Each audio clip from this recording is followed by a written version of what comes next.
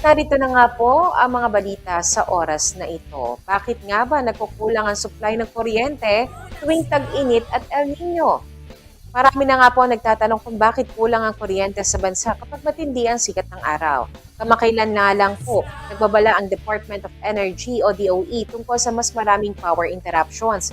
Ayon po sa ahensya, ito ay direktang epekto ng nararanasang matinding El Nino sa bansa. Sinabi ni Energy Undersecretary Felix William Fuentabella, magpapatuloy ang yellow at red alert sa mga susunod na buwan.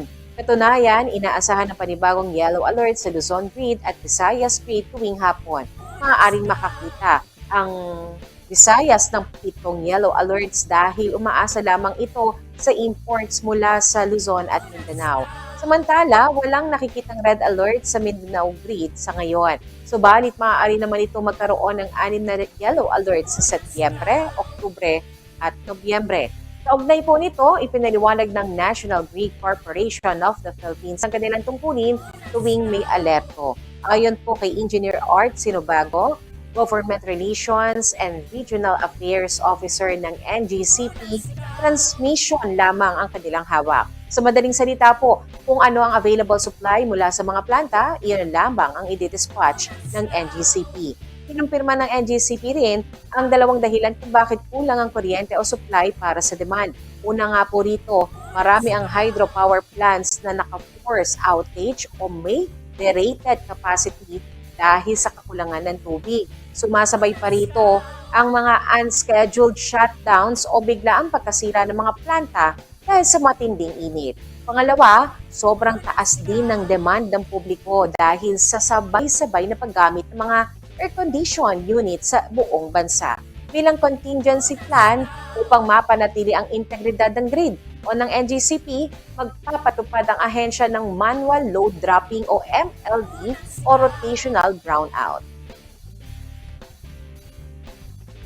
If ever magkaroon po tayo ng red alerts, nangangahulugan po ito ng kakulangan po ng supply para tugunan po yung demand or pangangailangan po ng ating mga consumers.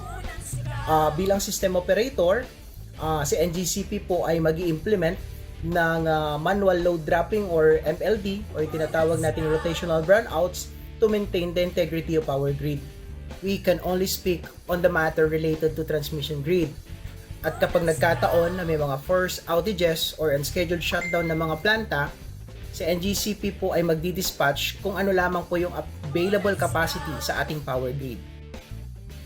Dahil po sa banta ng kakulangan, tiniyak ng mga opisyal na masusing nakikipagtulungan ang mga industry players ngayon. Layunin nito na mabawasan ang epekto ng El Nino sa supply ng kuryente sa buong bansa. Bukod po sa kilos ng pamahalaan, binigyan din ni Sinobago na malaki ang maitutulong ng mga ordinaryong consumer.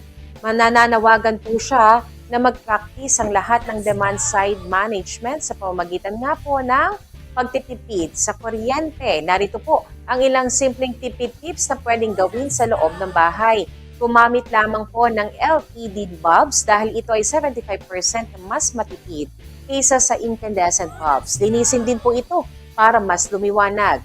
Pangalawa, tanggalin sa saksakan ng TV at iba pang appliances kung hindi naman ginagamit. Ang regular na paglilinis naman ng blade ay nagpapanatili ng malakas na hangin, kaya mas matipid sa konsumo. Pwede ring i-check ng mabuti ang pinto ng ref para masigurong hindi tumatagas ang lamig. Ugaliin din ang i-defrost ang ref kapag lampas na sa pulgada ang yelo. Linisin o ipalinis po ang aircon filter at condenser kada 6 na buwan. Makakatulong din ito sa pagsasara ng pinto at pintana bago buksan ang aircon para mabilis itong lumamig. Kaya naman, ang pagtutulungan ng publiko at ng ahensya ang susi upang mapangasiwaan ng maayos ang demand ngayong tag-init.